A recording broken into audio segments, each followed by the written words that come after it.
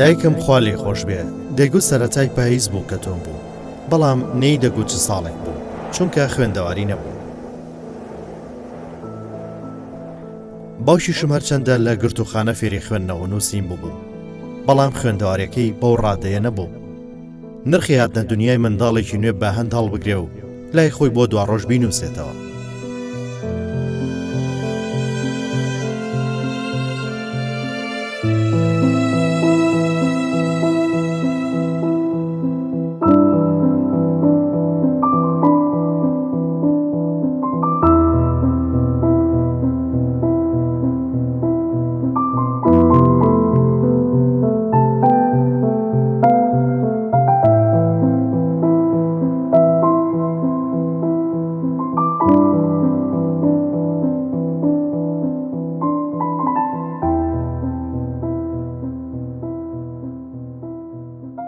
بەڕاستی هەرچی لەسەر عەزیزگەردی بووتریە، بە تایبەتی لە ڕووی ئەکادیمی و لە ڕووی ڕۆشنبیری، لە ڕووی ئەو کارانەی کە وەری گێڕاوە کەمە. من ئەوەندەی لە نزیکەوە ناسی بێتم، شەرەفی ئەوەم پێ بڕا کە لە قۆناغی ماجستێر و دکتۆرا دەرسی پێ بڵێم و لە قۆناغی ماجستێرەکەشی یەکێک بووم لە ئەندامی لیژنەی تاوتۆکردنی نامەکانی. ئەم زاتە بەوە ناسرا بوو کە زۆر جددیە لە دەرزوتنەوە، بەڕاستی توانایەکی زۆری هەبوو، هەموو تەلەبەکان سەرسام بوون بە دەرزەکەی، لە نزیکەوە هەمومان ڕێزمان لێگر خۆشەویست بوو. ئەم پیاوە بۆ خۆی نەئەژیا، بۆ قوتابیەکان ئەژیا، بۆ عیلم دەژیا، بۆ ئەوانە هەمیشە کە لە پۆل ئەهاتە دەرەوە هەموو دەست و جلکەکانی تۆزی دەباشیرەکە بوو. ئەمەنگە حەزی لە دەرسەوانەکان بوو. ئەو بابەتانەی کەوا لە کولیەجی شوتەوە بە تایبەتی عروس بوو، ئەدەبی بەراوردکاری بوو، ڕەخنەی ئەدەبی بوو. من لە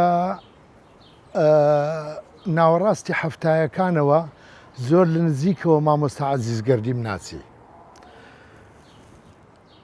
یەکەمیان بەهۆی برایەکیەوە بوو کە ئاوەڵ قوتابیم بوو، کاک کوردۆ، دوو برادەری خۆشەویستیەک بووین.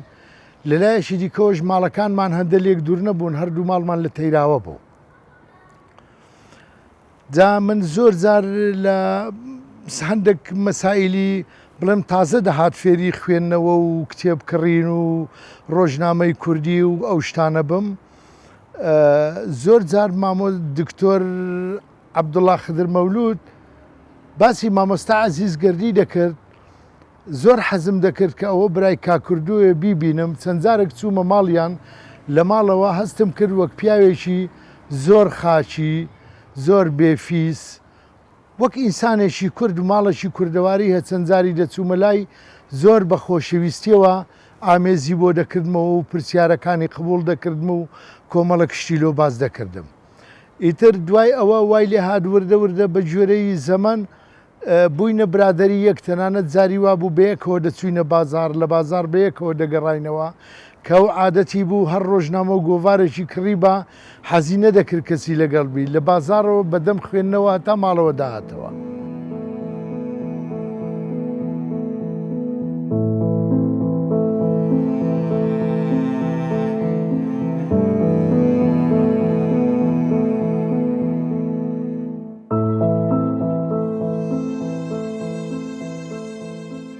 لە ڕاستیە یەکێک لەو شتانێک کە خوا لێی خۆش بێ دکتۆر عەزیزی کرد بەو شەخسیەتەی کە ئێستا هەیە، عاشقانە ژیانی بوو. عاشقانە ژیان بەو معنایە نا، بەم معنە تەقلیدی و بە معنە باوەکەی نا، عاشقانە ژیان بەو معنایەی کە خۆی تەرخان کرد بۆ بوارێک کە حەزی لێ بوو، قوربانی لە پێناودادا. واگەر بێت و ئاوڕێک لە مێژووی ژیانی بدەینەوە، لە یەکەمین قۆناغەکانی نەشونماکردنی هزری و فکری ئەو شخصیەتە بدەینەوە تا ئەو ساتەی کە لە دنیادا دەڕوا بە جۆرێک خۆی تەرخان کردبوو بۆ ئەو بوارە، ئەو بوارەی چ بواری وەرگێڕان بوو، چ بواری نووسین، کە وایان لێ کردبوو کە دکتۆر عەزیز بمێنێتەوە، کە وایان کردبوو وەکو کەسایەتێکی کاریگەر، وەکو شخصیەتێکی کاریگەر دەرکەوێ. بەڕاستیش ئەو پێی وابوو بۆ ئەوەی بگا بە ینی بۆ ئەوەی بە هەدەفەکەی بگات دەبێت خۆی بۆ تەرخان بکە. بە تەواوی مانە قوربانی بۆدا و نەیهێشت هیچ هەدەفێکی دیکەی لاوەکی بتوانێت ئاراستەکەی بەلاڕێدا ببا. گەڕانەوە بۆ ناو زمانی خەڵک، بۆ ناو زمانی لۆکاڵی و مەحەلی و دەوڵەمەندکردنی نووسین بەم زمانە بە دەستە واژە و بە ڕستە و بە تعبیری ئەم زمانە بەرهەم وا دەکات ئاشناتر بێ لای خوێنەر ئەگەر بێت و تەرجمەش بێ وەرگێڕانش بێ. خۆی ئاستی زمان ئاستە بەرفراوانەکەی ئاسۆیەکەی ئەوەیە کە ئەو نووسەرانە ئەو وەرگێڕانانە فەرهەنگێکی چەندە بەرفراوانیان هەیە. وەرگێڕ هەیە با بڵێن یان نووسەر هەیە فەرهەنگێکی بەرتەسکی هەیە لە دەربڕین و لە گەیاندنی پەیامەکان، بەڵام مامۆستا گەردی تا توانوێتی تێکەڵ بە زمانی لۆکاڵی و مەحەلی و چۆن بڵێن نەتەوەیی بووە.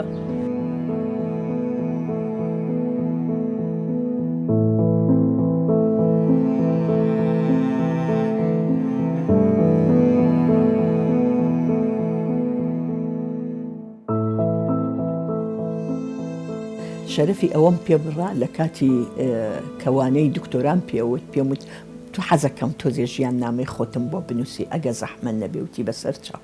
پاش ماوەیەک بۆی نووسیم نزیکەی 11 لاپەڕە و ئەمە زیاتر لە 20 ساڵە کە من لە لامە کە من خوێنمەوە ئازارێکی زۆرم چەشت بە ژیانی ناخۆشی ئەم کوڕە چۆن لەنا ئەو ژیانە ناخۆشە نەبوونیە هەژاریە ئەم پیاوە گەورەی لێ دەرچوو.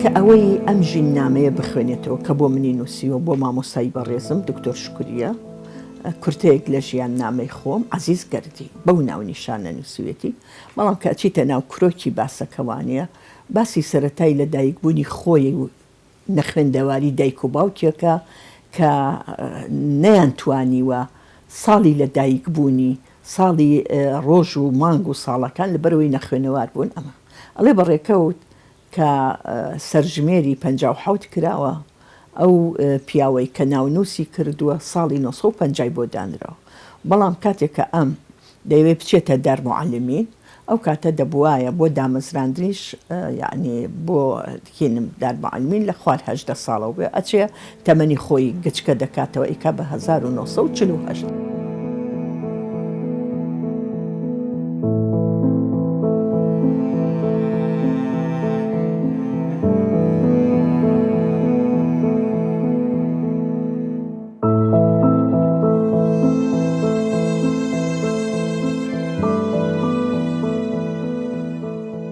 ئەو ساکە کۆمەڵێک کاری زۆر جوانی کرد دەربارەی زمانی کوردی، دەربارەی ڕەوانبێژی و کۆمەڵێک نووسینی هەبوو. مامۆستا عەزیزگەردی کابرایەکی زۆر نووس نەبوو لە ڕۆژنامە و گۆڤارەکان وەک گەنجێک هەڵپە بکا بۆەوەی شتێکی سنگ بکەوێ شتیوان نەبوو. ئەو کە شتێکی دەنووسی شتێکی سەمیمی لە کڕۆکەوە شتێک کە بایەخی هەبا بایەخی بە و شتانە دەدا بە تایبەتی کتێب و کوڕاسە و ئەو شتانە ئەو خەبات و تێکۆشانی خۆی لە خزمەتی عەقڵ و فکری کوردی و زمانی کوردی و زمان و ئەدەبەکەیدا دەبینی. ئەو پیاوەک نەبوو خۆی ڕەپێش بکات لە وتافات و لە ناو حیزبایەتی و یان هەندێک کاری لاوەچی خۆی پێوە خەریک بکات بە نسبەت ئەو لاوەچی بوو. ئەو پیاوێکی ڕۆشنبیر بوو دەیزانی دەردی کورد لەکوێیە. هەمیشە بایەخی بە پەروەردەکردنی لایەنی عەقڵی دەدا کە مەسەلەی زمان و ئەدەب پەیوەندیێکی زۆری بەو بارەوە هەیە.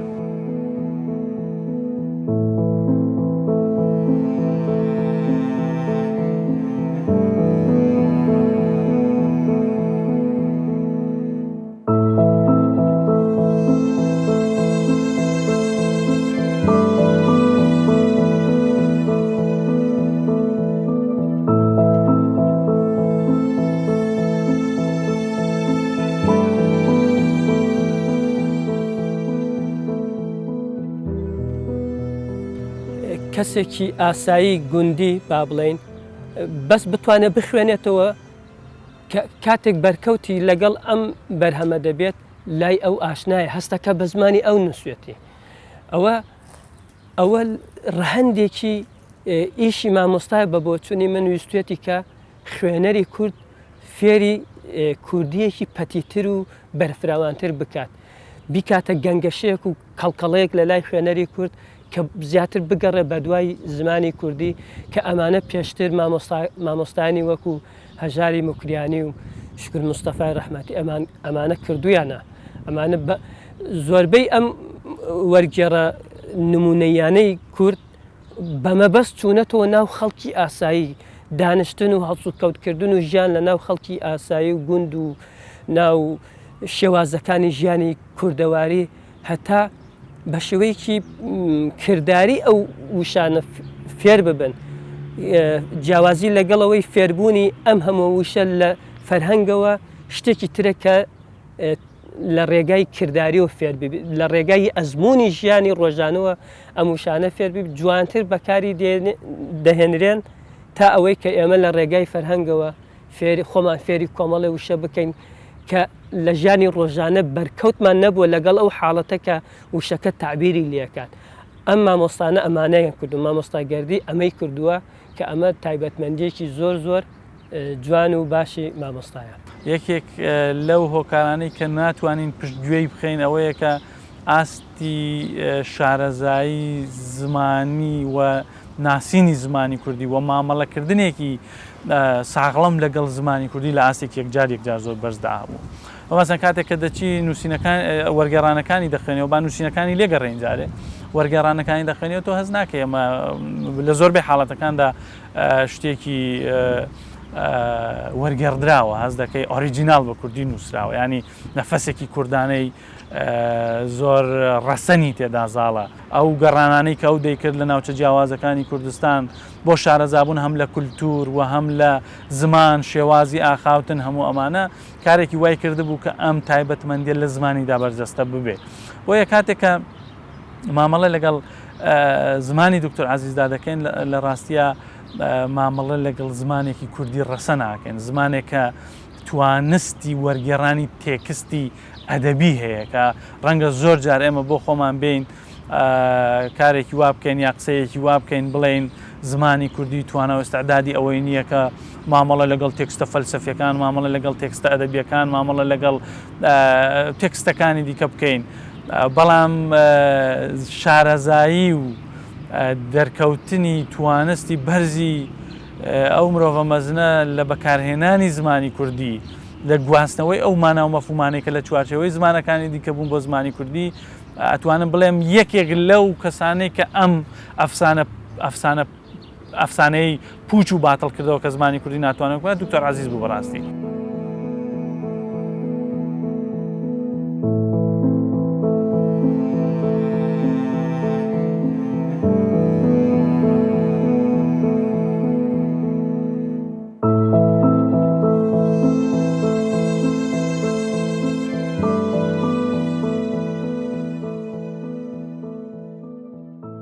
من قۆناغەکانی ئەم مامۆستا بەڕێزە زانایە دانایە کۆڵنەدەرە تێکۆشەرە بە چەند قۆناغێکە دەیبڕم ئەو قۆناغی بنەماڵەکەی بەلایەکەوە داینین ئەم کوڕە چۆن لە ناو ئەم بنەماڵەدا پێگەی کە جگەی شانازیە هەم بۆ کەسوکاری هەم بۆ میلەتی کورد کە توانی ئەدەبی کوردی و کەلتوری کوردی دەوڵەمەند بێ لە زۆر بوارە ئەتوانم دەستنیشانی بکەم یەکەم دانان لێکۆڵینەوە و دانان و ئەو کتێبانی کە بڵاوی کردوێتەوە دووهەم مەسەلەی وەرگێڕان لە وەرگێڕانە سێهەم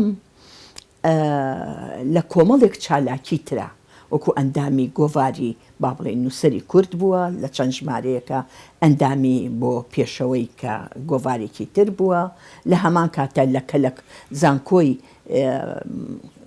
مووسڵ بەشی فەڕەنسیە بێ لەگەڵ کۆمەڵی قوتابیە ئەدەبیاتی بیانی تەرجمە ئەکەن یاوەری دەگێڕن نزیکەی 5 ژمارە وەکو گۆڤارێک دەری دەکەن و بڵاوکراوەیەک چەند ژمارەیەکی تریان ئامادا کرد دەڵێ لە نووسینەکە بۆ من ئەڵێت پارەمان نەبوو ئەو تڕوحاتە نوێیانەی و ئەو شێوە نووسینە نوێی کە لە بەو زمانە نوێی هینایە ناو ئەدەبی کوردی کە هەمیشە ڕەچاوی زمانی ستانداردی کوردی کرد. ئەنجا وەک باسم کرد کە زاراوەی ناوچەی هەولێری جارێکی تر ئاو داوە بوژاندیەوە ژیاندیەوە جا ئەوە سوودوەرگرتن لەو دەوەستیتە سەر خوێنەرەکانی چاچڕادێک دەتوانن سوودی لێوەرگرن.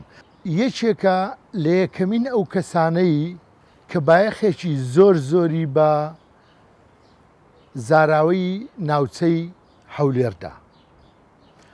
زاراوەی ناوچەی هەولێر تا ئەوان پێیان نەدەنووسی نەدەزانرا کە ئەوەندە شیرینە. ئەو زاراوەی وەک زاراوەیەکی زیندوو و دەوڵەمەند خستە بازاری زمان و ئەدەبی کوردیەوە. هەڵبەتە وەرجێڕان زمانە، هەمان ئەو توانە زمانیەی کە ئەو هەیبوو لە کارە وەرجێڕانەکانیدا بە تەواوی ڕەنجی دەداوە.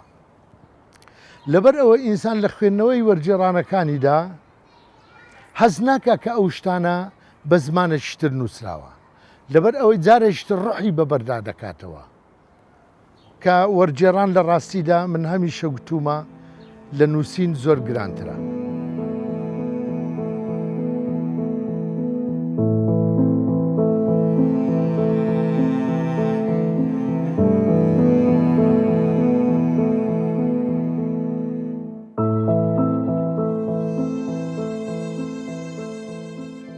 یەکێک لەو بوارانەی کە مامۆستا شوێندەستی زۆر دیارە کاری زۆر باشی کردووە، یعنی بەرهەمەکانی دەستکەوتەکانی تا ئاستی دەستگایەکە کارکردنە لە ناو داستان و حکایەت و میتۆلۆژیای میلەتان و گەلان کە کارێکی زۆری کردووە لە تەرجمە لەم بوارەدا لەم بابەتە لە میتۆلۆژیا و داستانی گەلانی هیندی سوورەکان کە خاوەنی میتۆلۆژیا و داستانی نووسراو نین لەو ئاخرانە نووسراوەتەوە، هەروەها ژاپۆنی، چینی، سلاڤی، ئەرمەنی، عەرەبی، تورکی، ئێرانی، جگە لە کوردەواری خۆمان.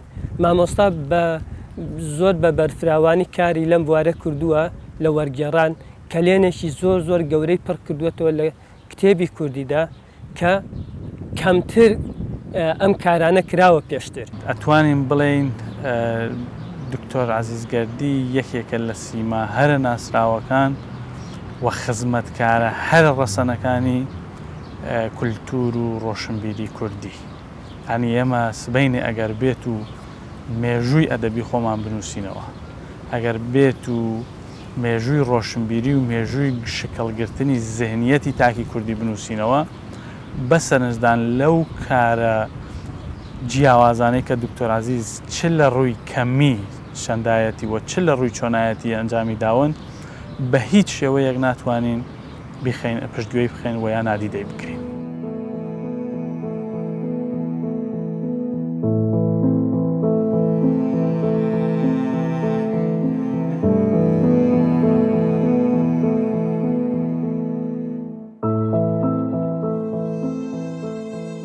ئەم پیاوە کە من ناوە کەسایەتێکی کۆڵنەدەر لە ژیانە هەمیشە بە دوای زانست و زانیاریە و کومەلاق کۆنەکانی جارانمان کە دەچوونە حوجرەوە بۆ ئەوەی زانایەکی گەورەیان لێ دەربچێ شارە و شار دەگەڕان. ئەم پیاوە وا دێتە بەرچاو بەوە ناوەسێک کە هەردار معلیمات و مامۆستا بووە هەڵسێ خۆی نەقلی بەغا دەکات بۆ ئەوەی لە زانکۆی مستەنسڕی ئێواران وەرگێ. بەڵام بەدبەختیەکەی لەوا دەبێت مامۆستای سەرەتایی بۆ ئەو ساڵە زانکۆی مستەنسڕیە ئێوارانی دادەخرێ. لەبەرەوە ئەم بەمەش ناوەستێت دێ دەچێتە کۆمەڵێک دەورات بە تایبەتی دەورەی ئینگلیزی 6 مانگ تەواو بێ و هۆگری زمانی ئینگلیزی بێ لێوە ئیتر دەستەکە بە وەرگێڕانی ئەدەبیاتی بیانی. پیاوێکی ڕچە شتێن بوو لە نووسینەکانی بە تایبەتی کۆمەڵێ بابەتی نووسی کە ئەو ساکە مەسەلەن لەسەر ڕەوانبێژی ئێمە هەر بەلاغەتمان بەکاردەهێنا، بەڵام ڕەوانبێژی چەند وشەیەکی جوان بوو کە ئەو کتێبانەی پێنووسی جگە لەوە کەم تا کورت وتاری جوان جوانی لەسەر ئەدەبی کوردی دەنووسی بەڵام بەڕاستی ڕۆلی زۆر گرنگی بینی لەوەی کەشتی نوێ یان هەندێک شت هەیە خۆی لە ئەدەبدا هەیە بەڵام ئەدەبی کوردی هێشتا لای دروست نەبوو وەک ئەوەی ئێمە بەلاغەت لە شتی تر جیا بکەینەوە. مامۆستا عەزیز ئەو شتانەی هینە ناو بە کتێب لەسەری نووسی.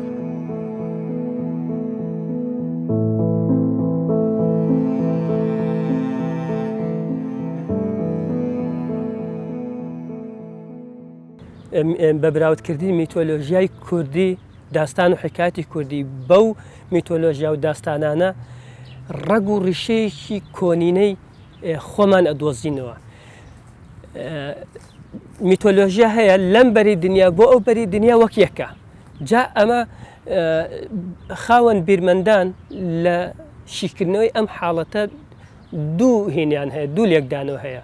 یا ئەوەتە بەڕێکەوت وەکو یەکە، بۆ نمونە کوشتنی پاشا لەلایەن کوڕی خۆیەوە بە نەزانین، مەسەلەن وەکو ئەوەی لە ئۆدی پاشایە هاتوو، وەکو ئەوەی لە ناو شانامەیە هەیە زاڵ ڕۆستەم زۆراب ڕۆستەم ئەکوژێ و دەیان داستانی دیکەی میلەتان ئەم لێکچوونە هەیە.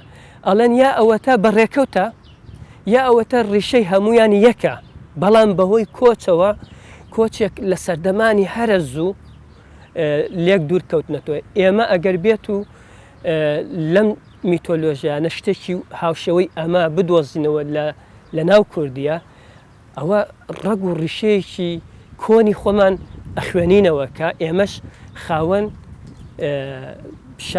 ژیارێکی معنەوی دێرینەین. ئەوەندە عاشقی دەستگوتنەوەی بوو زۆر شتی ڕواڵەتی و زاهری لە ژیانی خۆی لەبیر کرد بوو. زۆر جارکە لە ناو پۆلدا دەرسی بۆ شەرع دەکردین، ئەوەندە دەچوە قوڵایی دەرسەکەی، ئەوەندە دەچوە قوڵای دەرسەکەی لە خۆی لەبیر دەکرد. ئەوە هیچ بەدەست زۆر جار تەختەی دەسڕیەوە، زۆر جار چاکەتەکەشی دەستی چاکەتەکەشی بەکارهێنا، ئەوەندە تێکەڵی دەبوو. چوارچەوەی معلوماتی ئەوەندە فراوان بوو لە کاتی دەرسدا سەرڕایەوەی کە غیاباتی نەدەخوێندەوە. زۆر جار قوتابی حەزی دەکرد مەسەڵەن خواخوای بوو لە دەرسێکدا غیابان نەخوێندێتەوە بۆەوەی ئەو سەعاتە نێتە ژوورەوە، بەڵام هەر لە خۆیەوە هیچ قوتابیە گیانی بەدەگمەن قوتابی لە دەرسی و غایب دەبوون. ئەوەندەی من وەبیرم بێ بەڕاستی. جا هەموو ئەوانە ئەو عاشقانە کارکردن، ئەو عاشقانە ژیانە بۆ هەدەفێکە لە ژیان مێشکی خۆتدا داناوە کارێکی وای کرد بوو کە ئەم شەخصیەتە ئەم بەرهەمانەی لێ بەجێ بمێنەوە بە دڵنیاییەوە ئەم عاشقانە ژیانە بۆ هەدەفەکانی خۆی کارێکی وای کردووە کە بۆ هەتایەش لە ناو یادەوەری و لە ناو زەینەتی ئەم کۆمەلگایەدا یان لە ناو زەینەتی کۆمەلگای کوردیدا بمێنێتەوە.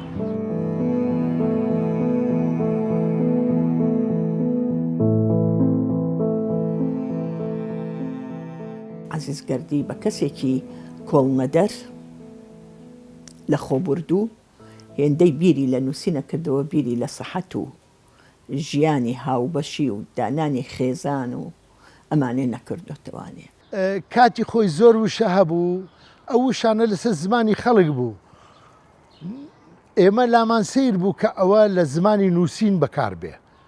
کاتێک کە مامۆستا عەزیزگەردی وشەی لە هیک ڕای بەکارهێنا، لە هیک ڕای یعنی لە ناکاوێک، لەنکاوێک، لە پڕتاوێک، ئێمە لامان سیر بوو وشەیەکی زۆر واریدیشە، نەکار ئەو وشە بەدەیان وشەی دی و بە سەدان وشەی دیکە.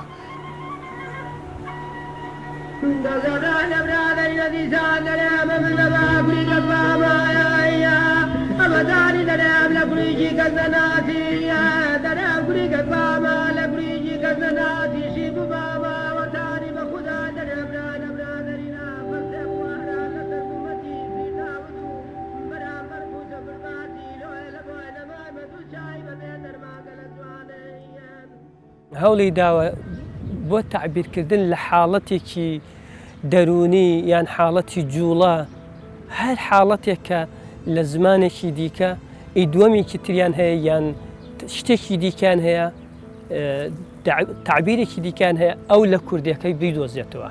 ئەگەر ئێمە لە داهاتوودا لە فکری ئەوە داین زەینەتی تاکی کورد بخەمڵێنین، زەینەتی تاکی کورد بە وشە و دەربڕین و ڕۆحی ڕەسەنی وشەی کوردی بخەمڵێنین و بیکەینە سەرچاوەی خەلاقیەت و توانستی بەرهەمێنانێکی زۆر، یەکێک لەو تێکستانە یا کۆمەڵێک لەو تێکستانی کە پێویستە پێیان بناسرێن ئەو تێکستانە کە دکتۆر عەزیزگەردی چ نووسی و نیچە وەریگێڕاون.